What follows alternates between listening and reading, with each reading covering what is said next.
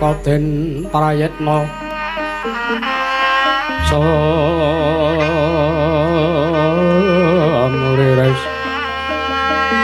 eka balik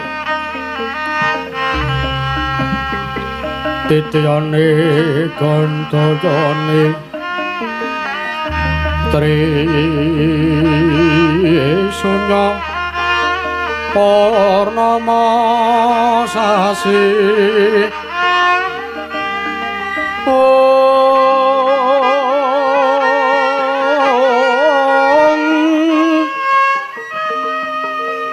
Kilar-kilar semedyaning tengahing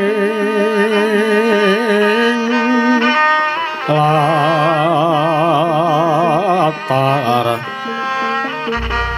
milengono lintang Bima Sekti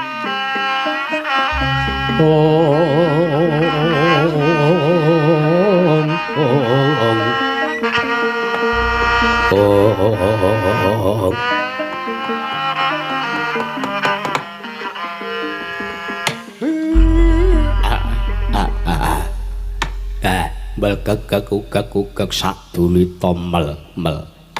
Nuwun sewu Ndara. Lah kok teko sak mangke Ndara Janaka rawuh teng Karang Kadempel ning benten kelawan padatan. Nuwun sewu. Sampeyan adat saben rawuh teng Karang Kadempel menika mesti kanthi pasemon ingkang sumringah nengsemaken penggalih. Lah ning nuwun sewu sak menika lah kok teko suntrut guayane sampeyan Ndara. Kenging napa? Teko kaya wong nandhang sungkawa enten napa enten perkawis kalian salah satunggiling garwa Madukara. Ingkang adipun Semar nyadong dawuh Ndara. Kakang Semar, kula sing gedhe pangapuramu Kakang. Yen to sowan kuning padukuhan Karang Kadempel iki ora kok bakal nganti marang Kakang Semar saat majamu bakal budal ngayahi gati nanging anane aku parapta mrene aku mau ngarep njaluk pepadang ya pepadange ngati saka Kakang Semar kanggo Arjuna pripun nalika semana Arjuna antuk sasmitaning dewa kalamun to aku kudu nggayuh wujuding kanugrahan ingkang aran Wahyu Trimanggala kamangka Wahyu Trimanggala kuwi mau dudu kok mung sawiji kanugrahan nanging kaperang dadi telung perkara ya dadi telu wujuding wahyu Kakang ingkang sepisan kang aran wahyu katentreman ping pindho wahyu keparajuritan banjur ping telune wahyu pulung ratu Kakang bingung rasane Arjuna mergo aku bingung durung antuk trontong-trontong sulak ing pepadang kudu menyang endi nggon Arjuna lumaku nggayuh wujuding salah sawijining meranganing wahyu Trimanggala Kakang Semar apa ya bakal kelakon Arjuna ora bakal sida nggayuh kanugrahaning dewa ya peranganing wahyu Trimanggala Kakang nuwun sewu nek sampeyan ajeng nggayuh kanugrahan iku gampang lho Den merga sampeyan iku pun ngibarat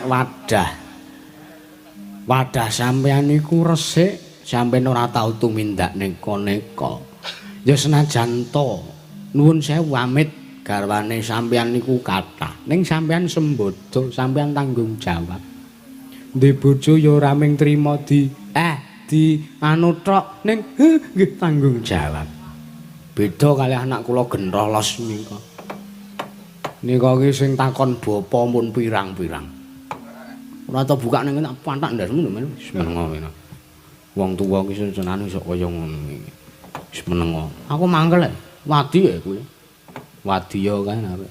Bare wis pira sing takon bapa? 5. Waduh. Kowe iki ya mbeling tenan kok kowe. Lah witekno ya piye? Gak rupane persis aku kabeh kuwi ora. 5 kuwi. Sampeyan niku gampang ajeng gayuh kanugrahan. Pun. Monggo kula kanthi kula derekke menyang pundi lampahe. Mlampah sak puruk-puruk Semar sing derekke kalih sampeyan. Ngaten. Nek pancen perlu sampeyan betaken wujuding peranganing Wahyu Trimanggala nggih digayuh. Merga titah menika dipun wenangaken miwah dipun wajibaken budidaya Lundara. Mulat mara Sang Harjuna semunira. Om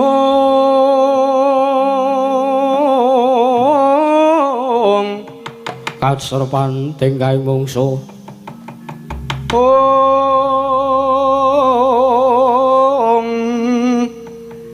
nirang padha kadang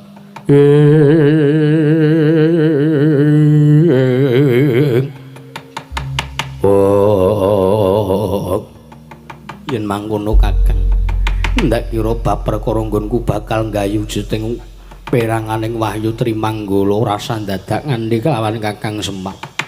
Merga tak kira Kakang Semar kuwi wis bola-bali nulungi kelawan Arjuna. Lah nek kula purun-purun mawon nderekke sampean ora Kakang, aku tak budal dhewe Kakang.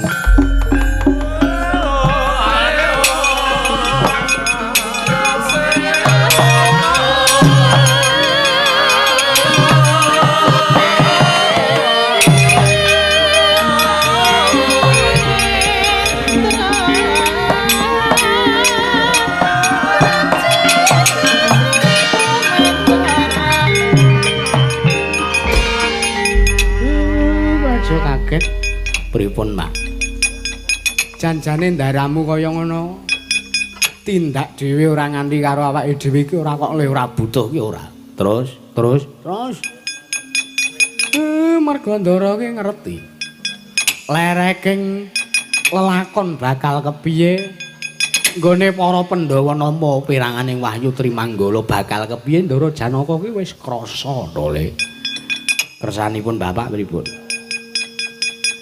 Wahyu Trimanggala kawirang dadi 3. Nggih. Siji Wahyu katentreman, banjur Wahyu keprajuritan. Banjur ingkang pungkasan wujuding Wahyu Pulung Ratu. Lah, kowe nek arep ngerti ya. Dewa-dewa wis ana 3 candra iki do geger. Merga Wahyu durung ditedhakke ning Madyapada ning salah siji perangan saka Wahyu Trimanggala. Wis uncat saka kayangan. Perangan sing pundi, Pak? Perangan sing ndi, Pak? Perangan sing ndi, Emir? Nek kowe arep ngerti sing ketelu Wahyu Pulung Ratu. Wahyu Pulung Ratu uncat saka kayangan.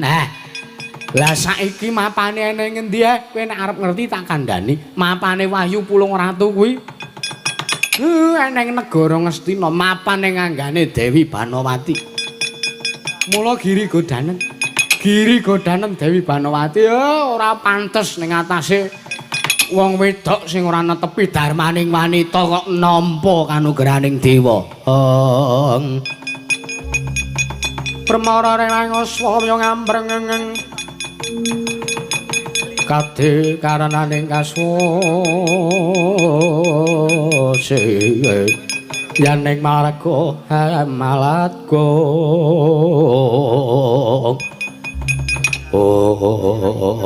Lah terus pripun? Nek kula Petruk kalih Bagong mengke Giri Godhong kalih Dewi Banowati mongko wujude kaya ngene ora bakal percaya sing ora gelem kena godaning Panakawan. Nggih, Pak. Terus ranane pripun? Kowe meneng aku tak ndumuk kuncuk. Tak njaluk nang ngersaning sing kuwasa kowe bakal tak sedo dadi wujuding gajah. Waduh. Dadi wujud gajah. Wis menengo rasa kuyan genem sing tanpa guna to, Le. Nggih, Pak. Bong. Semare koten prayatna semuriris. Semuriris kopele.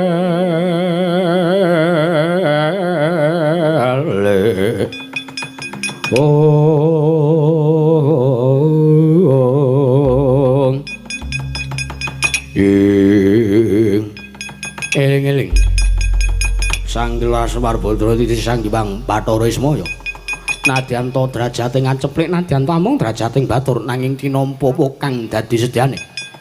Sak ciptane dadi sak sedyane ana. Nah iku semanten nyipta kang putra. Katiga dados wujuding gajah. Ical wujuding lurah. Nala Garing Petruk lan Bagong ana wujuding gajah sak perbata si gedhe.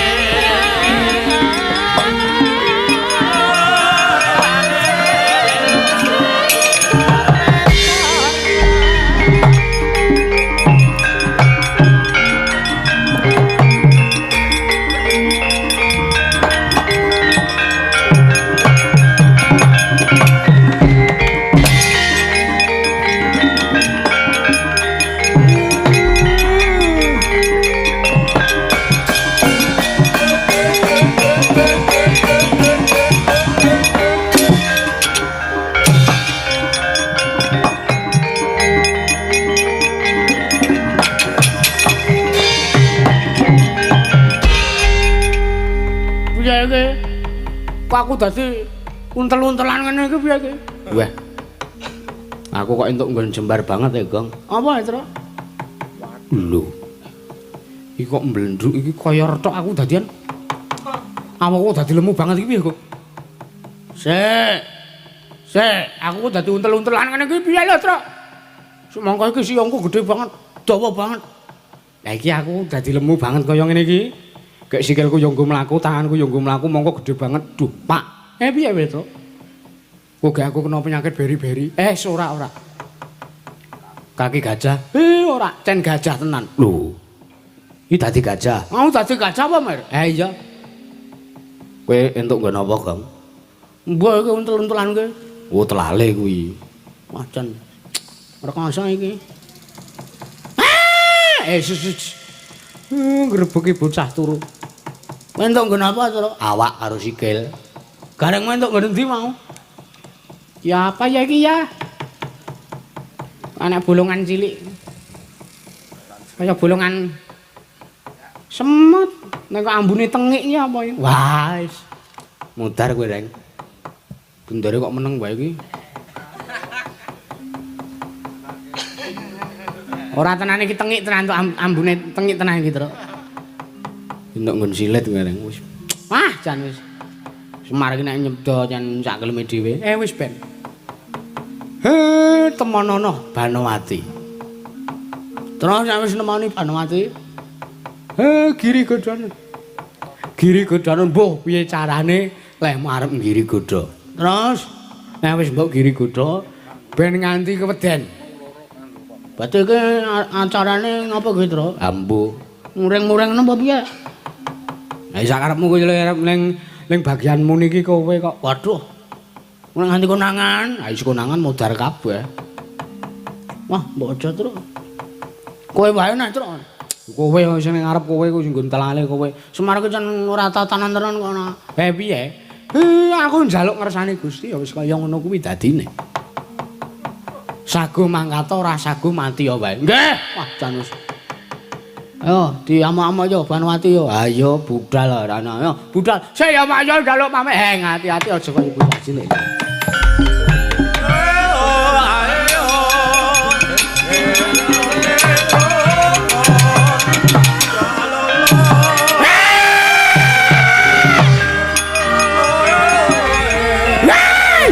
Sik.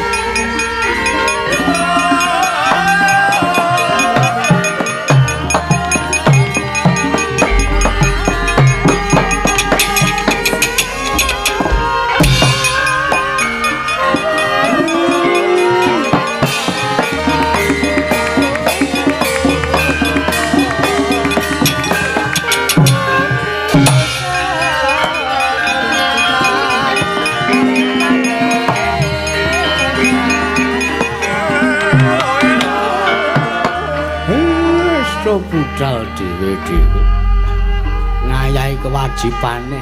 Engko sik. Jerone aku nguatke atine Ndara Janaka iki sing ora ketok ming Singundrawati. Mengeri yen sinuwun sampeyan enten pundi kula goleki lho.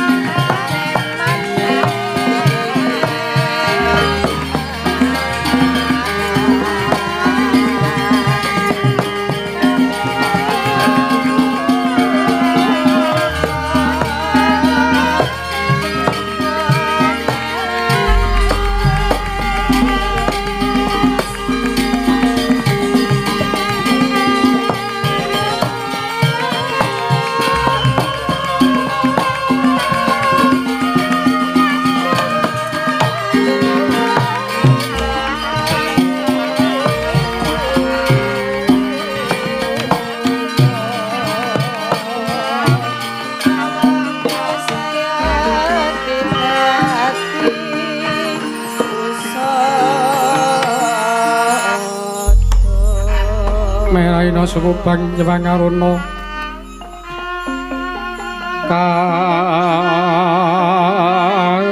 kadinetraning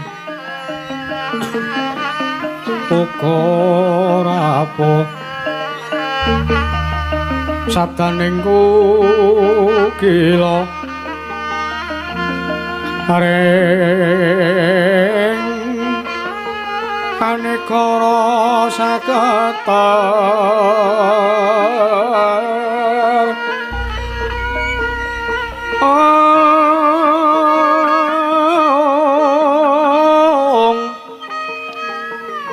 nek ketung neng akung ler wowo sing pene panca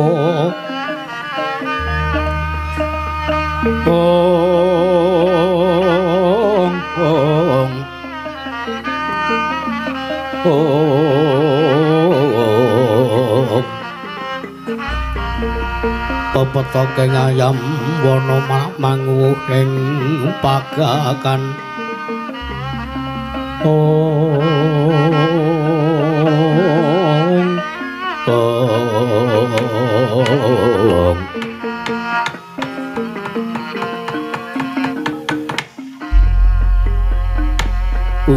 Mastu musidam saring bawana langgeng mboya pangling ingkang munggah ana ing kayangan ngundarandir bawana ya ngarsa panjenengan ulun Sang Hyang Tunggal mboya pangling sukma wicara Kresna ya Narayana padha kanthi raharja sak pamto kita nggih kulup Narayana unamit pasang kaliman tabi tinebihna ngiladuni dumawing tawang tuwang linepatna ing tolak manu Ewang mikulun mahardika ingrat sak mangkami jidumateng pisuanipun ingkang abdipun sukma wicara inggih Narayana kepareng wilujeng sowan kula tebih saking Rubeda kepareng kula ngaturaken sembah bekti kula kunjuk kulun Ya ulun tampa, mbuya liwat pangestu ulun tampanana nggih Narayana. Nokna nggih sampun sangat anggen kawula pundi? Ana wigati apa teka munggah ning kayewangan Undaran Dirbawana. Sewu lepat Diagung Pangaksami. Nuwun sewu mesti kemawon paduka.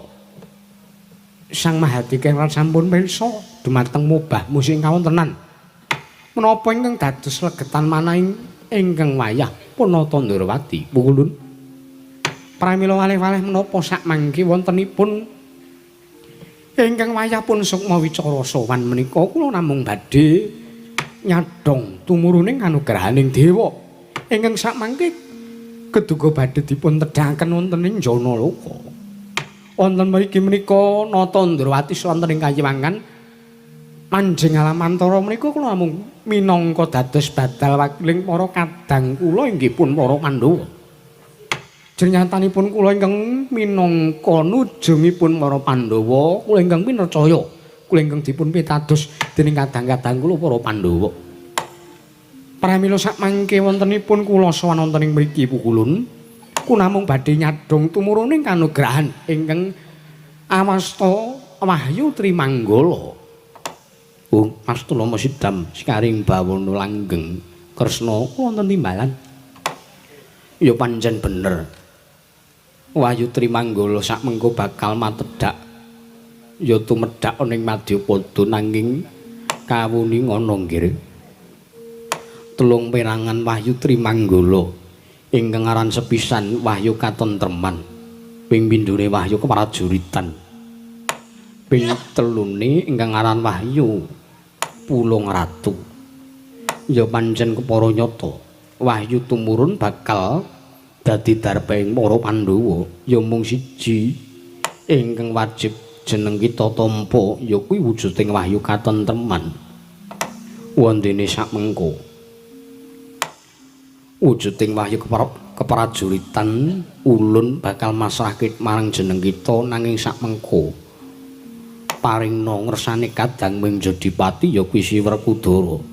Jalaran ya mung Bratasena ya Werkudara ingkang saguh lan bisa sarta kuwawa anggadhu wujuding wahyu keprajuritan.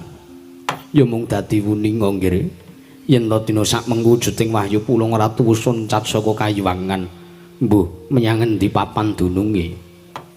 Dene iki kang dadi kewajiban jeneng kita supaya sakmengko jeneng kita ngupadi lan ngupaya mbudidaya menyang endi dumununging wahyu Pulung Ratu. Sebab wahyu telu mau mboya bakal bisa pisah kalamun katelune mapaning Pandhawa, wahyu Pulung Ratu uga kudu mapan oning para Pandhawa.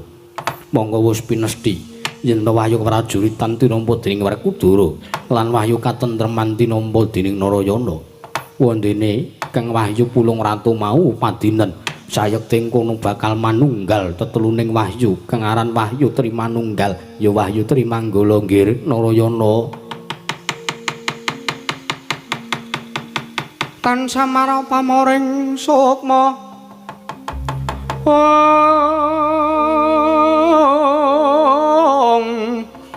sinukmaya winaya ing asepi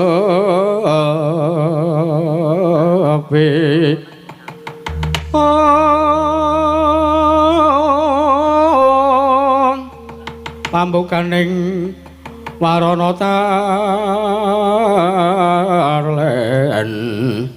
saking liya playaping ngaluyup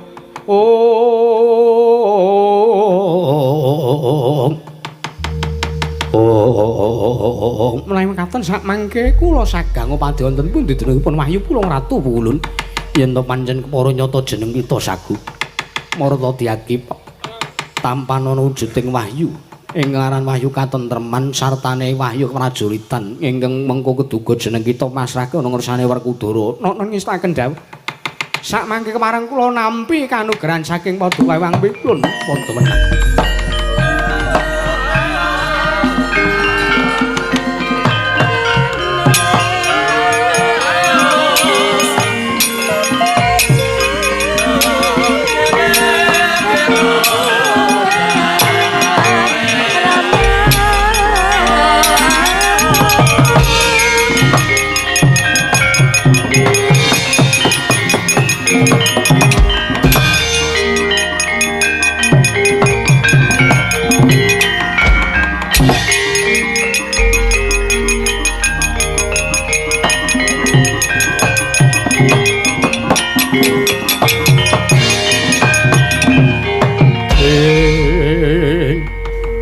sinayeng manglung mangruk mining Cakra Baskara mijil saking asta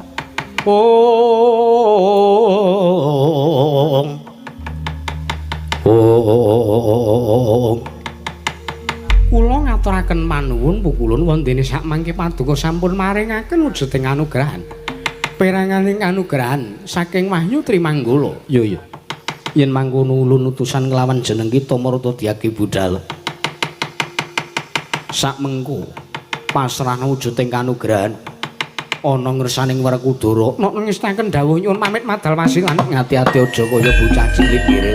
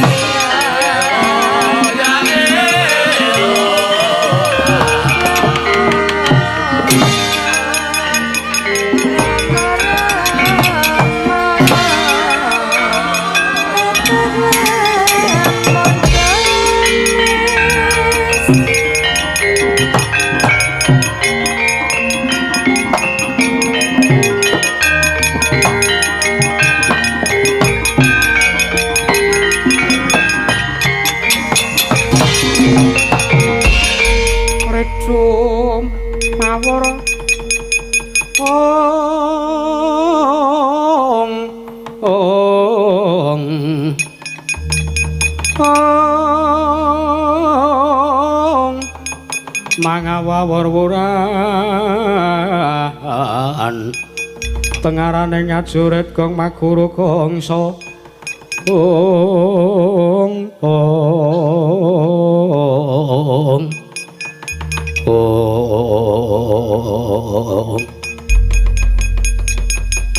ora pangling ingkang manjing alamantara iki kaya sukmane Kakang Anoman. Inggih sinuwun.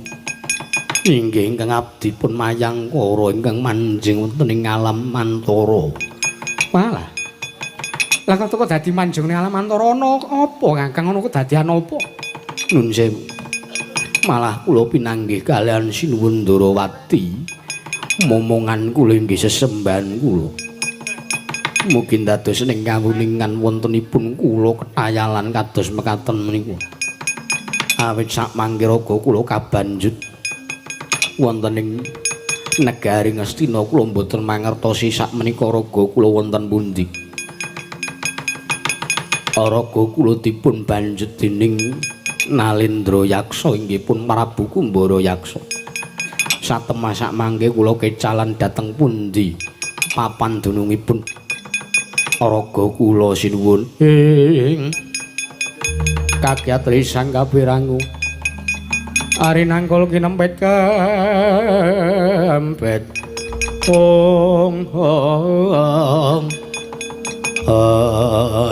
Kakang Anoman wonten dawuh kawuning ngono ya Kakang anane aku manjing alamantara iki aku bubar sowan saka ngersaning Sang Maharti kengret nggayuh sartane nyadhong lan uga nampa kanugrahaning dewa ya ki ngaran Wahyu Trimanggala. Inggih nanging mangerti sakmengko ingkang tak tampa mung rong perangan wahyu siji kengaran wahyu katentreman ping pindho wahyu keprajuritan.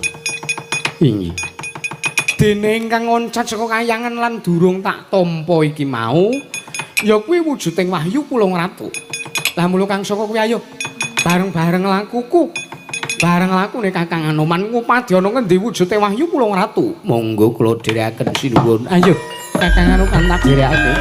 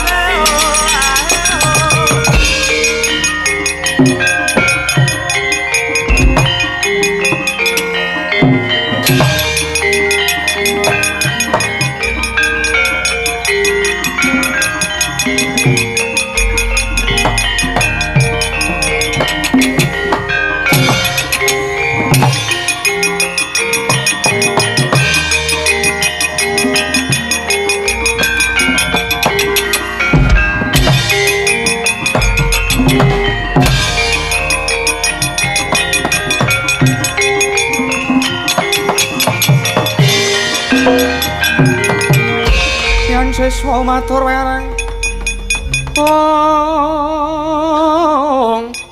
marang Risang Mahayogi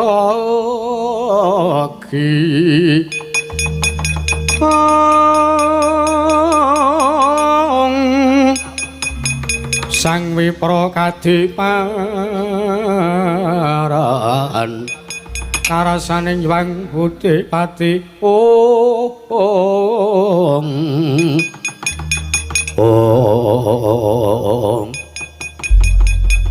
Kumbara Yaksa wis prapta menyang negara Ngastina. Piye kabul-kabusanane? Aturane ngresani Sinuwun Prabu Duryudana. Yen samengko lanang juritku Sinuwun tegese wi. Teges aku kelakon bisa mbondo ngrangket marang kuandane Anoman. Banjur saiki mapan ana ing alun-alun negara Ngastina. Mula kang saka kuwi monggo ayo tak dherekake supayane Sinuwun Prabu Duryudana sak mengko miwiti anggone bekakak wujude kethek putih ingkang bisa tata jalma Sinuwun anut lakuning Kurawa nguni ngeling ana patine Risang Abimanyu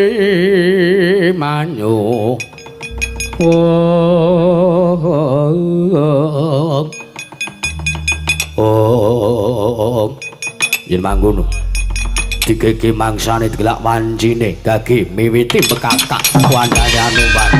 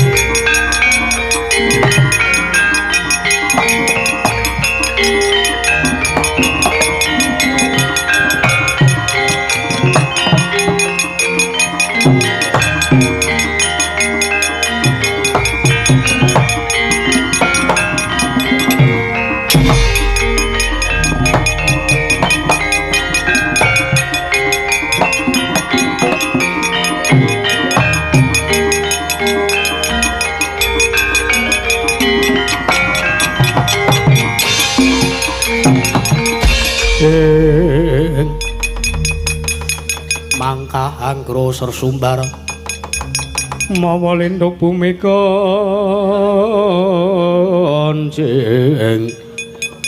maluduk kuntara kataka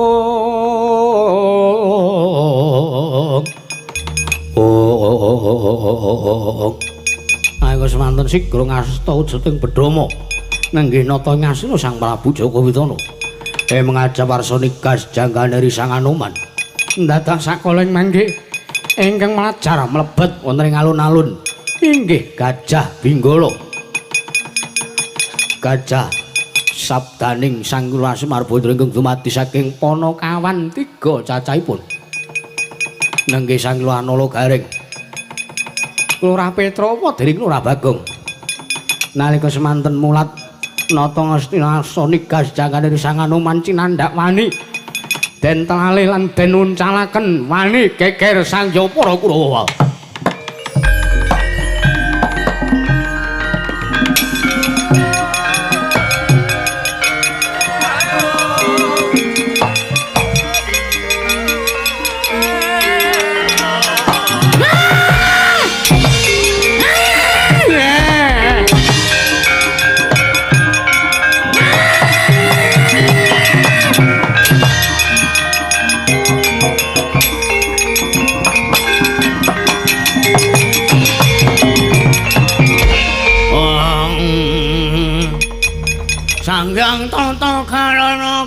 takut maring ya dek ya Jungnya kang mawingis wingis wala setan ratatanan ngawur wong nek kurangan Anoman karo ditigas kulune menungso ratatanan iki wujude gajah sapa ya Tru ambuh mudar ora sing waton wis waton wis gajah apa gajah celengan udu ajan Gajah Binggala ngono. Ah, Gajah Binggala. Ratu Ngastina ora minggat. Banowati ora masrake wayu pulung ratu lakon amot dene Gajah Binggala.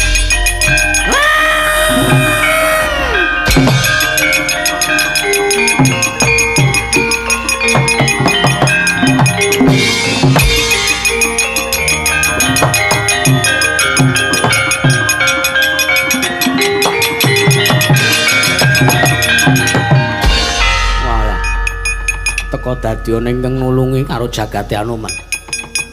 Ana wujude gajah. Keleang kabur kanginan. Kendang kebaraten nulungi kelawan aku. Prabu Duryudana ditelale nganti mbuh tibane ya ngaturke panuwun.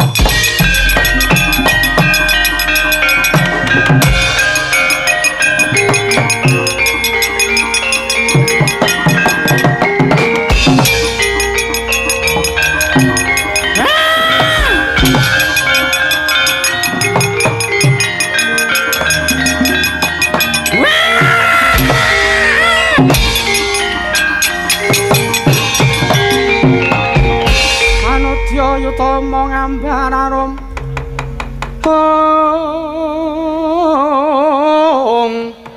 ngambararum sang kusuma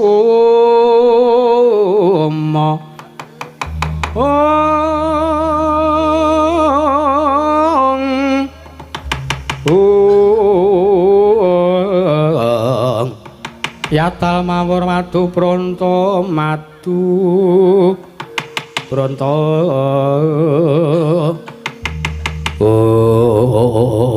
atope itu kan ana wujude gajah ingkang ngrusak marang putra negara ngamarta bet negara Ngastina atope itu bat taman sari dijur-jur diorat-arik nganti kangenane dadi busabase kaya ngene sapa kowe sapa Allahu Akbar Nakon marang aku ya iki gajah setu bondo. Wah. Ayo to ngomong selak adan ya kan. Sing adan yo main adan kok. Iki kok. Takon marang aku ya iki gajah Binggala. Gajah Binggala. Nah. Banowati ta kowe? Ayo. Muni aku kowe. Banowati ta kowe? Iya aku Banowati iki garwa Ngastina, garwane Prabu Duryudana. Alah telek. Kowe ngaku garwane Prabu Duryudana ning kowe bendinane gaweanmu nginep karo lanangan liya. Sareng-sareng Mas ngono to kowe. Rumangsane apa? Dikira aku ora ngerti apa piye? Aku arep mung wujude gajah kaya ngene kae. Ngerti. Kowe tak takon saiki jawaban jujur. Apa obat-obat? Kowe kok ngarani sing ora-ora karo ratu, karo Prameswari negara Ngastina kowe ngarani sing ora-ora? Aku mbok anggap wedan apa aku mbok anggap wedan pelanyan ngono apa piye? Jangan bohong. Ngaku. Aku tak takon karo kowe, jawab jujur. Iya, janji. Kowe manut Janaka ta kowe? Apa? Kowe tenan karo Janaka ta kowe? Ngaku. Hah, ngaku wae ngerti aku lek mung nginep karo Janaka ning ndi aku ngerti. Aku kula ngetutke, wah konangan. Aja ngomong ngono ranya. Konangan modar tenan lho. Aku ngerti kowe nginep karo Janaka nang ndi wae aku ngerti. Gawamu kowe tetek ning guyangan, ya. Batope, kowe kok dadi gurem sing sak gelem dhewe. Kowe ngarani sing ora karo Prameswari negara Ngastina. Aman. Aku mah mesak karo bojomu e. Aku mah mesak karo Prabu Duryudana e. Kaya bendinane mbok apusi terus dadi wong lanang mung gendulak-gendulik. Glentem. Lah kaya kowe mbelinge ra kira-kira. Lenangan kono dinyangi, lenangan kene dinyangi. Wedane macam apa kamu? Mangsane apa? Ora mesake apa piye? Duryudana numpak Brana Pices iki dienggo kragati dapurmu kuwi. Wat anu sapa Banuwati? Kok wat kok. Wis terus. Heeh, terus kok. Mangsane apa? Lah usahamu ki apa? Dadi wong wedok. Ngladeni Duryudana ora tau. Lesmana kae dikira anak Duryudana karo anakmu apa? Udu dikira anak marutane Duryudana. Ngerti kae aku bapake sapa aku ngerti kae. Mula dadi anak kocel kaya ngono kae. Muni aku kowe. Dikira aku ora ngerti jejak digitalmu apa piye nang HP ku isih ana kok. Kowe tau kelarangan. Cangkemmu ora. Ha muni ya. Apa kaya ngono ki pantes? Apa kaya ngono ki kira-kira apa ya? Apa kira-kira pantes dadi garwa Prameswari Negara Ngastina? Mesake Prabu Duryudana ratu perbangane gedhe, ndek bojo kok bojo pelanyan kaya kowe. Beto-beto.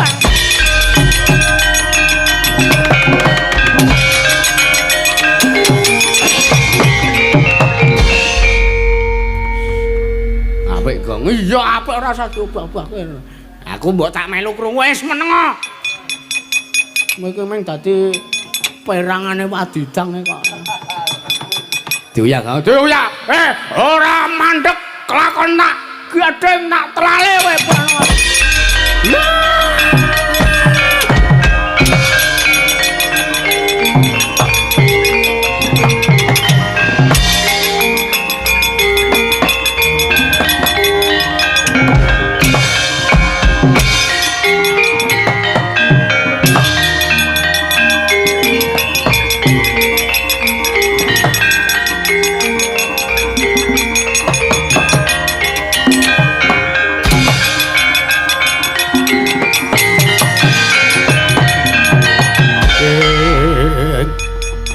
Ombahing samudra tumekeng wentis alon gegulungan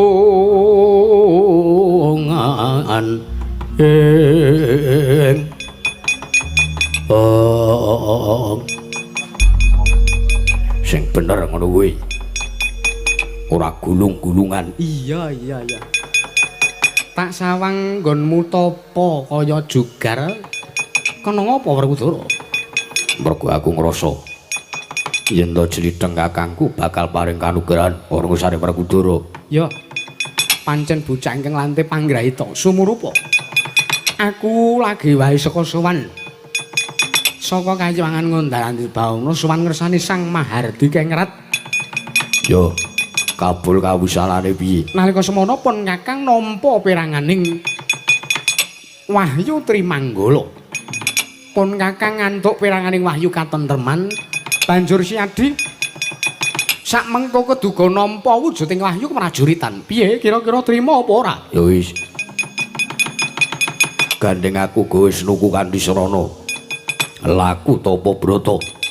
Entuk kanugrahan apa wae ndi tak tampanane. Mengano lawang batinmu tak pasake wahyu keprajuritan ngersamu Werkudara.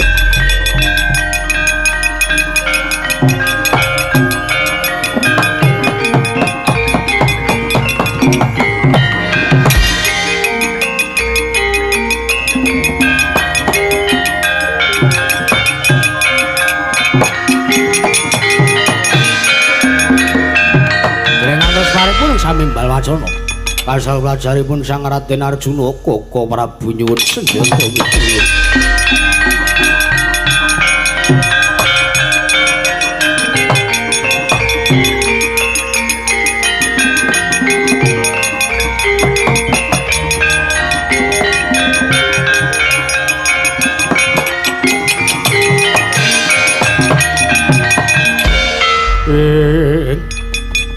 Mulat mara Sang Arjuna asmunira kang kamanungsan ing Arjuna mlayu nglumpruk ngangkul kanpun Kakang menapa kula nyuwun senjata pitulung Koko Prabu menapa badhe kelampan ning atasipun kula sawang paduka Kanjeng Koko Prabu kaliyan Kakang Mas Werkudara sumunar tejane mratelakaken pun mertandhaken bilih paduka kekalih sampun nampi kanugrahaning dewa peranganing wahyu Trimanggul lajeng sakmangke wonten pundi wahyu pulunging Ratu Koko Prabu menapa badhe kelampah kula piranganing pandhu ingkang boten nampi wujuding wahyu Trimanggala Koko Prabu Bantu Yayi Arjuna pun mbok njaluk tulung Yayi Arjuna tulungan aku Yayi Arjuna Bantu aku Yayi Arjuna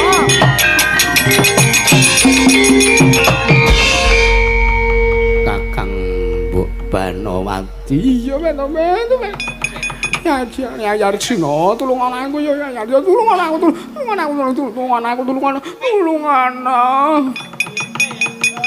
mboten mangling Yayi Ratu Banowati inggih Koko Prabu inggih Koko Prabu inggih wonten menapa Kakang Mbok bantu ana wujude gajah ngrusak Taman Sari Negara Ngastina monggo gajah iku ora mung mligi ngrusak Taman Sari Negara Ngastina nanging uga nyamah marang asmane mbayumu aku dialek aku dioman-oman dianggep wong wedok sing pelanyan merga kula ngladeni lenangan kala ngene batu lara atiku Janaka lha sekintenipun ingkang dipun aturaken gajah menika leres menapa mboten ya bener ning mbok ya tepa-tepa batu aku ki garwa Prameswari pun mbayun njaluk tulung tenan pun kang njaluk tenan urusan Janaka tulungan aku gajah kae patenono Janaka Wanodya Tama ngambararum sang kusuma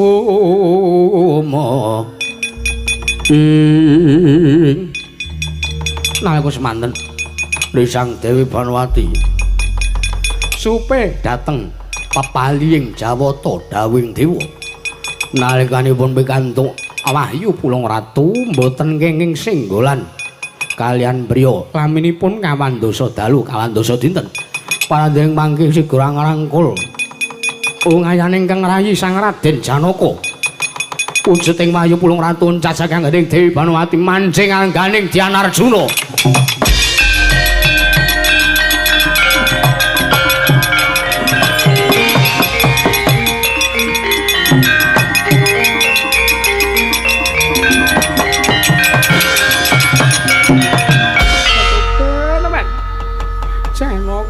aku tulung ana tenan ya Janaka aku tulung ana tenan inggih Kakang Mbok ya monggo engko ngrangkul kowe kok dadi awakku krasa lemes gumes kaya pepes bayu kang tapis kaya ora duwe bebayu iki kena ngopo Janaka osok wangsulipun ingkang rayipun Arjuna sakmangke badhe keduga ngraosaken badan kula ingkang keduga kados dene sumringah seger waras menika Kakang Mbok bantu Yayi Ratu kula wonten dawuh nuwun sewu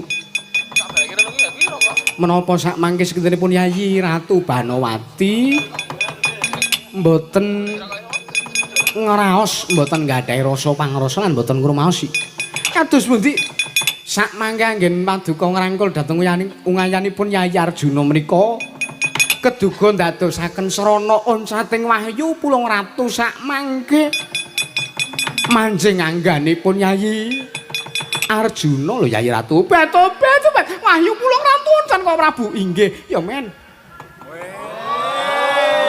wahyu oncan mbok ya wis men ora apa-apa Banowati ora kedurungan wahyu Pulung Ratu ning aku iso ngrangkul Arjuna beto bosku bagus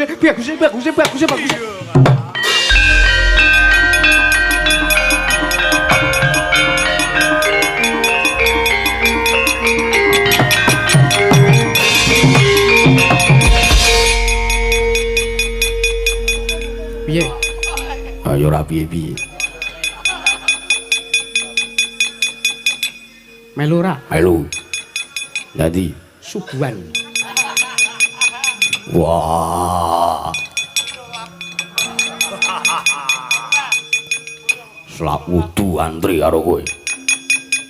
Moh. Ayo kowe dhisik wae. Ya Arjuna pun Bayu tulung ana tenan. Inggih Kakang.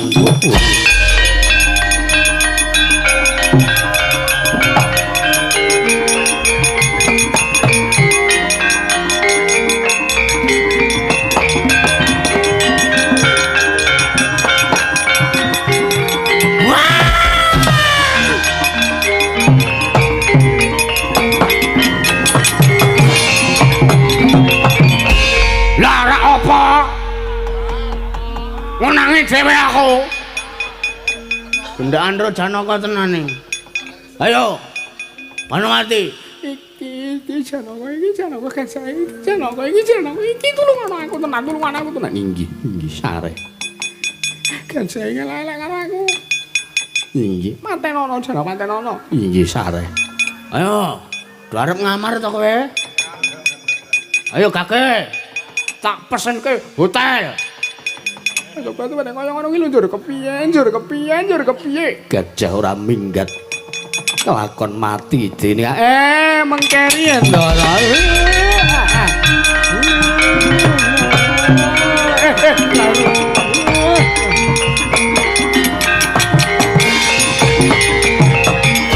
Kakang Semar mbilani karo wujuding gajah. Apa kira-kira Kakang Semar ora ngeman marang derajating wanita? Mboten kok kula ora ngeman karo derajating wanita ning nuwun sewu to. Sampeyan niku kocap wis dirangkul karo wong wedok terus lali sak kabeh-kabeh. Ngantos mboten saged ngginakaken permana maoni. Permana maoni ki apa? Permana jati. Cobi to disawang gajah niki sinten? Wis ngono bubar-bubar. Ya. Setan.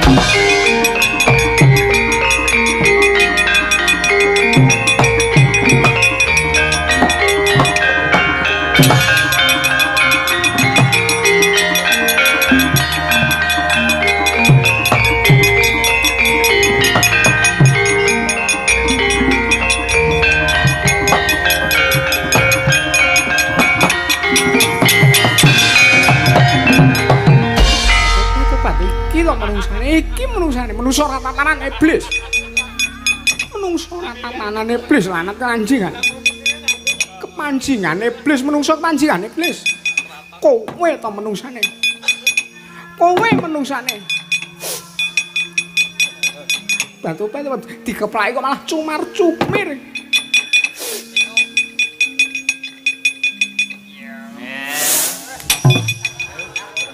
Apa mung diambune kok anane ora lancang. Ora njaluk dipalilah karo aku. Bale nontono.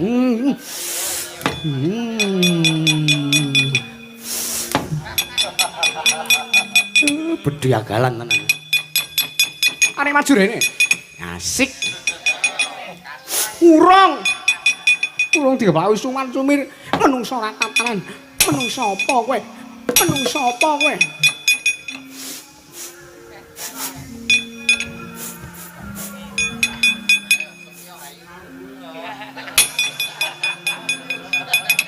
Menungso apa kowe?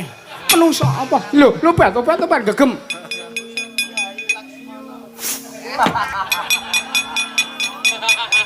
Kula niki wong tuwa Ndara. Kula nek mulih ya ning omah eneke ming tuwa, Mbak ya teng mriki niku pisan-pisan update no.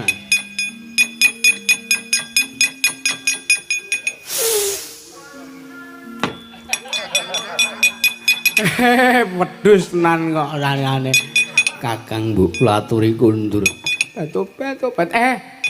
Ndara Banomati. Kula nyuwunke pangapunten. Kula nyuwunke pangapunten merga patrape anak-anak kula. Kula nyuwunaken pangapunten merga patrape anak-anak kula sing wujud gajah. Batu aja mbok baleni meneh.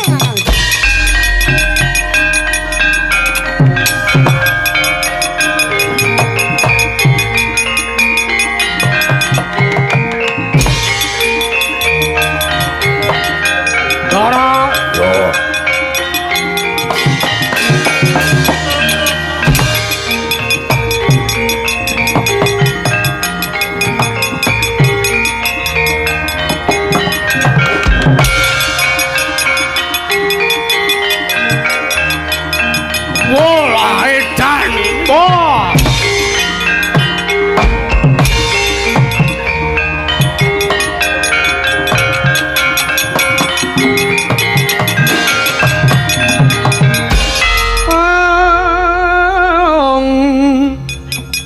Anoman Pracandha Seta cecak rawon kapimendo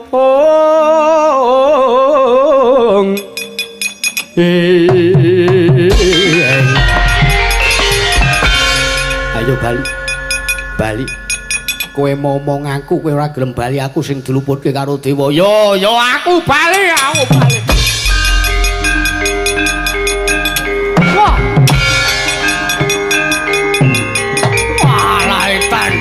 pedas we punya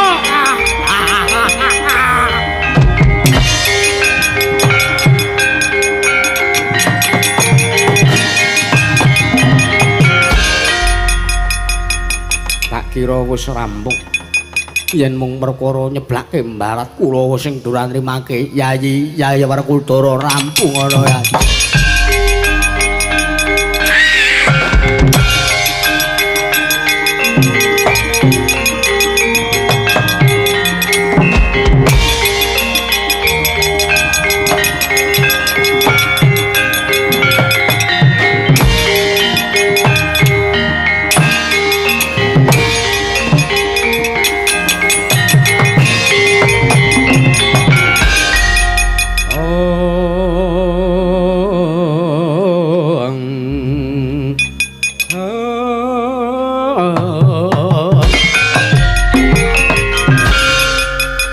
Duryudana kakangku Werkudara menungsa ratatan wong lanang sing ora netepi darmaning wong lanang sing wani ngrusak pagrayu kowe ngopo bojoku ndi Yayi Ratu Banowati balekno wah deloke mlaku dhewe wah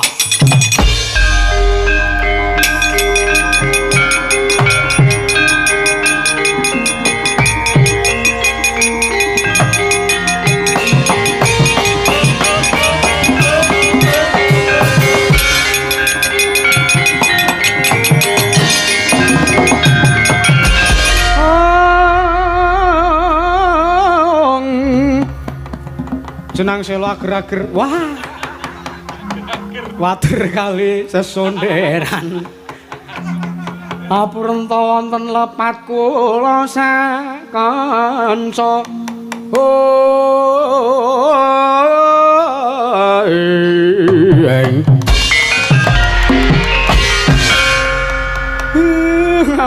ngapunten sangga kula kemekelan weruh Duryudana sampeyan ngeraine mau. Yo, wong ki nek mung kudu tok. Ha nggih. Bojone mlaku dhewe ora disawang. Ha nggih. Pun 4:30.